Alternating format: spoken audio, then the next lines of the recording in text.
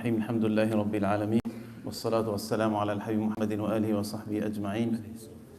So as we're drawing closer and nearer to Ramadan, inshallah, we want to reflect on some of the ayat of Siyam in Surah Al-Baqarah. So Allah subhanahu wa ta'ala has revealed 5 ayat in Surah Al-Baqarah starting from ayah 183 that talk about fasting. And there are a lot of insights that we can draw from those ayat. And I'm going to keep it short inshallah, but we're going to focus on the first ayah where Allah subhanahu wa ta'ala says, يا أيها الذين آمنوا كتب عليكم الصيام كما كتب على الذين من قبلكم لعلكم تتقون. Allah subhanahu wa ta'ala says, O you who have believed, Allah has prescribed on you fasting like He has prescribed it on the people that have come before you in hopes that you become more God conscious. So we're just going to do a couple of quick stops in the ayah to hopefully learn something as we approach Ramadan inshallah. First and foremost, Allah subhanahu wa ta'ala starts by saying, Ya ayyuhal ladina amanu. Anytime in the Quran you hear Ya ayyuhal ladina amanu, you really have to start to focus. Because you should hope, and we all hope, that we're among those people that have believed. So Allah is speaking directly to us. And we hope to be among those people, so we really need to be tentative and listen carefully to what Allah subhanahu wa ta'ala is going to say.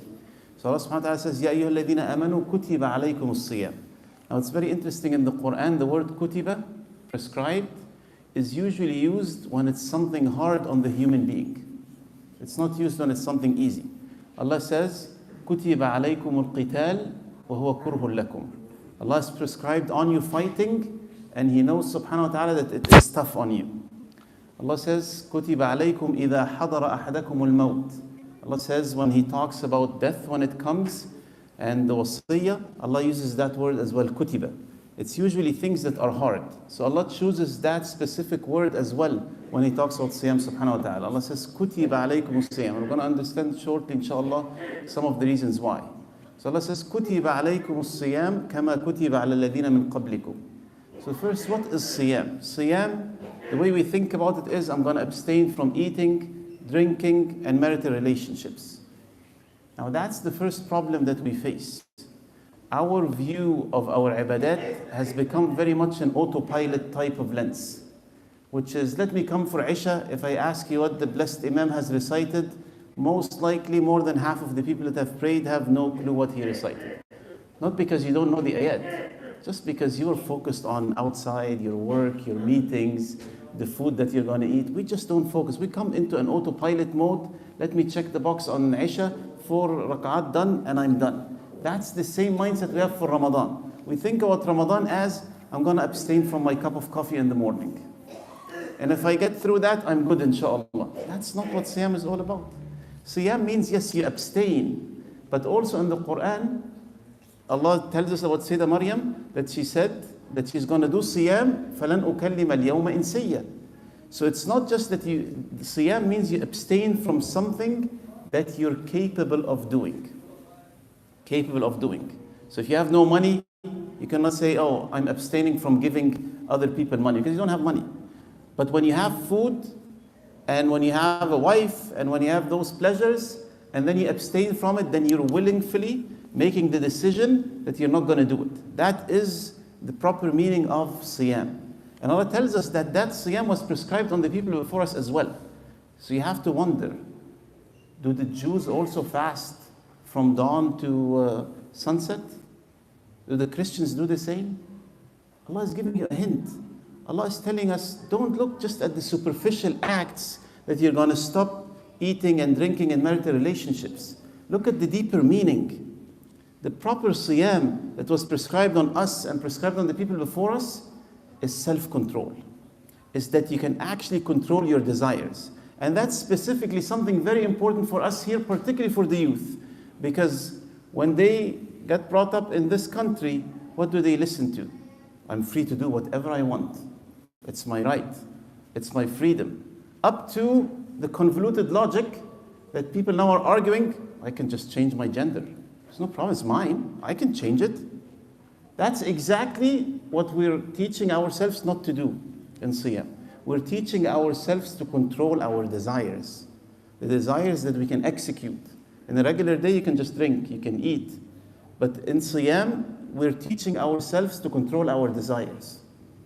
So Allah tells us what happens when we do that. When we understand Siyam from that perspective, and it's not that, oh, it's my right, I can do it, which is always what we hear nowadays, particularly from the youth, it's my right, I can do everything. No, Allah is telling you, no, it's not your right. The only way you would be on the right path, and not just the Muslims, the people before us as well, the prescription that Allah subhanahu wa ta'ala, that has created the human being and knows what works for the human being, is telling us the prescription for us to be on the right path is that we learn how to control our desires. But if we just follow our desires, أَرَأَيْتَ مَنِ اتَّخَذَ إِلَهَهُ هَوَاهُ, it becomes your God. You just do what the desires tell you to do. And then Allah subhanahu wa ta'ala gives us something very interesting at the end of the ayah. Then Allah gives us also a reason for us to contemplate and understand. Allah says, كَمَا كُتِبَ عَلَى الَّذِينَ مِن قَبْلِكُمْ لَعَلَّكُمْ تَتَّقُونَ. So Allah says the real purpose of Siyam is that you attain God consciousness. And you have to connect the whole ayah together to really understand what is going on here.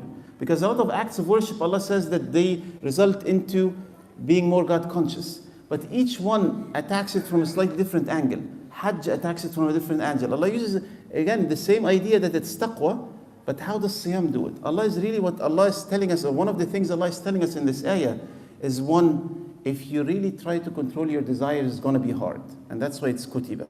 It's not an easy thing. It's not just your cup of coffee that you're going to forgo in the morning.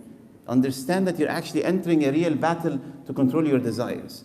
And then two, the best way to attain taqwa, or one of the ways to attain taqwa to Allah subhanahu wa ta'ala, being more mindful of Allah subhanahu wa ta'ala, being more God conscious of Allah subhanahu wa ta'ala, is that you control your desires consciously. Meaning what? Meaning that in Ramadan, it's not just like, oh, khalas, I'm on autopilot, I'm fasting anyways, I made the niyyah in the first night, and khalas, I'm good for the next 30. No.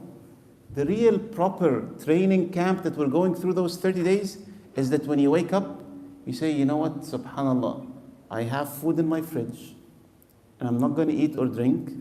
And listen to that. Here is what you teach yourself. So I'm not going to eat and drink because, one, Allah has ordered me. And two, because Allah can see me. And that's why I'm going to comply. And that's how we should apply it for everything. So when you come for the kids that are in school and you want to cheat, you're going to say, Allah has ordered me not to cheat, and Allah can see me, so I'm not going to do that. If you're in a business transaction and you're going to shortcut somebody, you say the same. Allah subhanahu wa ta'ala ordered me not to treat people like that, and Allah subhanahu wa ta'ala can see me. When we train ourselves consciously, not the autopilot mode, consciously for 30 days, that we put it in ourselves, that Allah subhanahu wa ta'ala has ordered us to do things that we're going to comply with, and that Allah subhanahu wa ta'ala can see us, and that's the reason why we're complying, then you start to train yourself to have God consciousness, to have taqwa.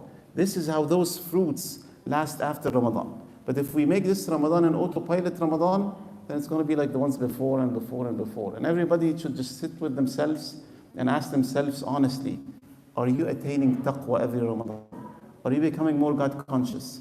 If the answer is no, I'm just the same, or I just go back immediately, then we're not implementing it in the right way.